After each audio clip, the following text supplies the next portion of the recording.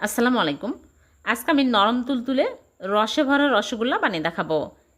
পোলাওয়ের চাল দিয়ে যে এত মজার রসগোল্লা বানানো যায় এই ভিডিও না দেখলে বুঝতেই পারবেন না।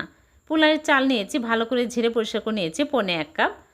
আমি ব্লেন্ডার জাগি নিয়ে গুঁড়া করে নেব, একদম মিহি করে গুঁড়া করে নিতে হবে। তারপরে চুলে প্যান বসিয়ে ঘি 1 চামচ দিয়ে চালের গুঁড়া দিয়ে আমি 3-4 মিনিট হালকা আঁচে ভেজে নেব।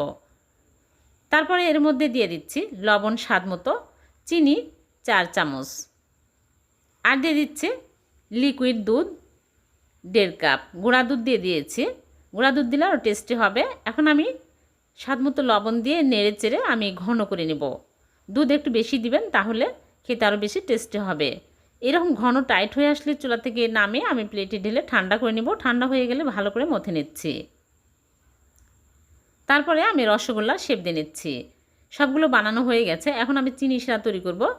1 কাপ চিনি আর 2 কাপ পানি, এলাচ দিয়ে বলক তুলে নেব। ভালোভাবে বলক চলে আসলেই মিষ্টি দিয়ে 5 মিনিট জাল করতে হবে। 5 মিনিট পর চুলা থেকে নামিয়ে রেখে দেব 2 ঘন্টা। 2 ঘন্টা পর আমি মিষ্টিগুলো সার্ভ করে নেব। ভীষণ মজার এই নরম তুলতুলে চালের গুঁড়ার রসগোল্লা খেতে কিন্তু দারুণ মজার। ভালো লাগলে লাইক কমেন্ট শেয়ার করে দেবেন। আবার দেখা হবে। আল্লাহ হাফেজ।